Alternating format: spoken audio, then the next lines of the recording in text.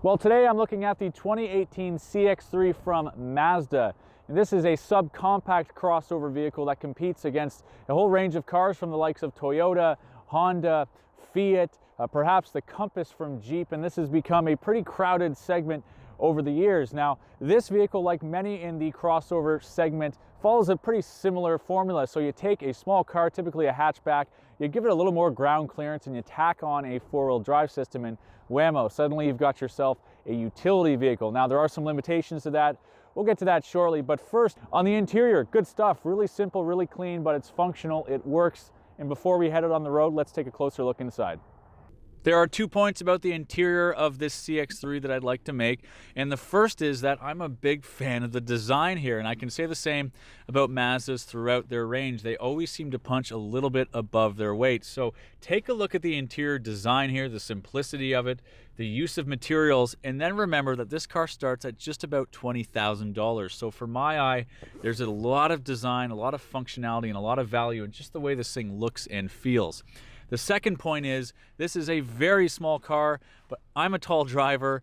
I wasn't really looking forward to picking up this car because of that reason, but I've been surprised. I've been very comfortable. I've got just the right amount of adjustability in the seat and in the steering column, which is telescoping and will move up and down. And I've had no problem with my leg room, my knee room, my head room, or my shoulder room. So small car that works well for tall guys. That's great news for a lot of people out there.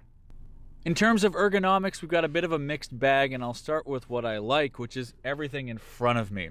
Everything works, very functional now. It's simple, and some people aren't going to like that. For example, on this GX model, we have old-fashioned HVAC controllers down here. If you want to spend a little more money, you can opt up to the next trim line, and you can get a more contemporary automatic climate controls.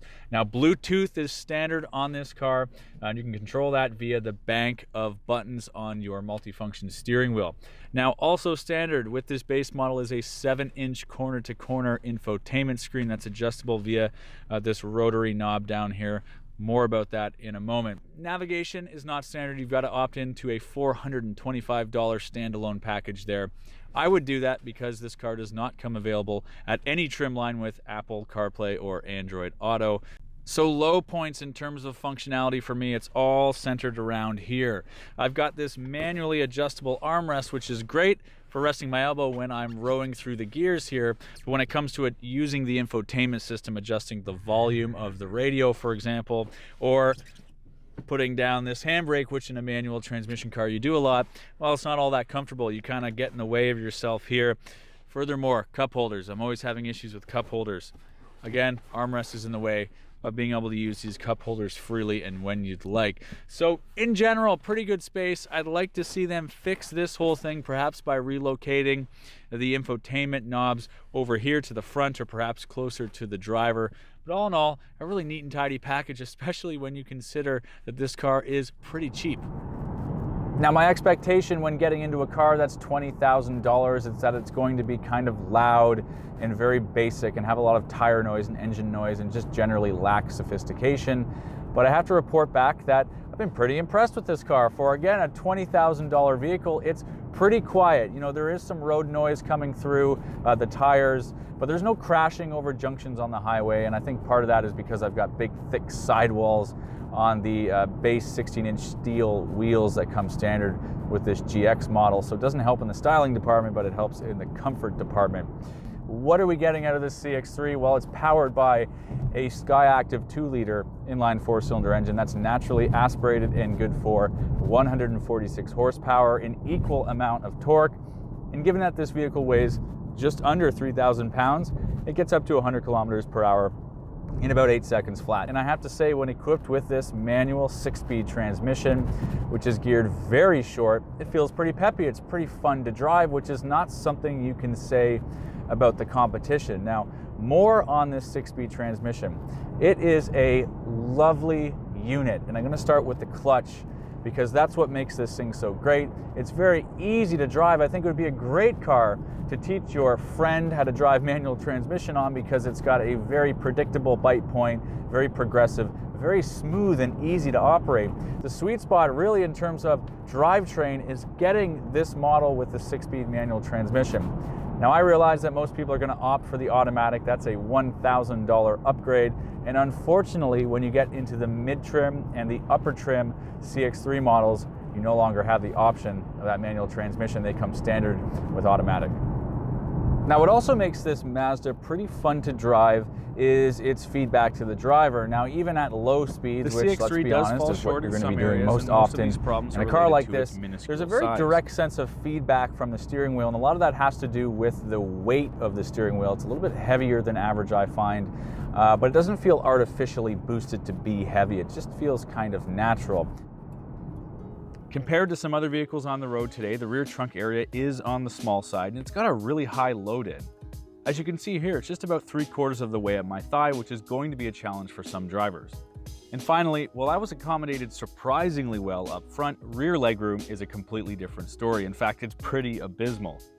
Here I am squeezing behind my driver's position, and as you can see, it's very cramped. It's super uncomfortable back here for the long-legged. I wouldn't want to be back here for very long. In fact, I think it's probably suitable for children only. The GX, the vehicle that I've been in for the past couple of weeks, has proven to me anyways to be certainly a value-oriented car. It has a base price of just about $20,000, or after PDI delivery and so on, around $22,000. And what do you get for that? Well, it comes as standard equipment with a 6-speed manual transmission. That's new for this year. If you decide you'd like to opt for the automatic transmission, that's an additional $1,000. And I think given sales trends, most people are going to do that.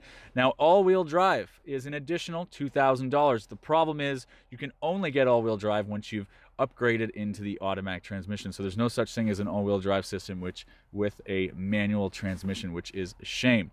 Now that brings the total cost, including all-wheel drive and PDI and things like your automatic transmission, up to just about $25,000. So what else do you get for your $25,000? Basic but nice little list of features here. Power windows, power locks, power adjustable side mirrors. You do get a backup camera. You do get a Bluetooth connectivity with your phone, which works really well. And you do get the 7-inch infotainment system from Mazda, but no built-in navigation. $425 for the addition of the navigation system. I think I would be spending that cash because you can't opt into an Apple CarPlay or Android Auto system in this vehicle. So all in all, pretty basic in the GX, but solid value for $25,000. And that is, of course, what people are after in this segment. So what are you getting with this CX3? Well, it's basically a small hatchback with a little more ground clearance, which I think is mostly for style, if I'm being honest. And if you opt for it, you do get the security of an all-wheel drive system, but don't for a moment kid yourself into thinking this is a full-bore utility vehicle, because it isn't. Instead, what you're getting is a fun-to-drive little vehicle with some slightly more rugged styling and great value in this segment. So certainly if you're in the market for a subcompact crossover vehicle, the Mazda CX3 is a great option for you. For Motormouth Canada, my name is Mike Gurr. Thanks for watching.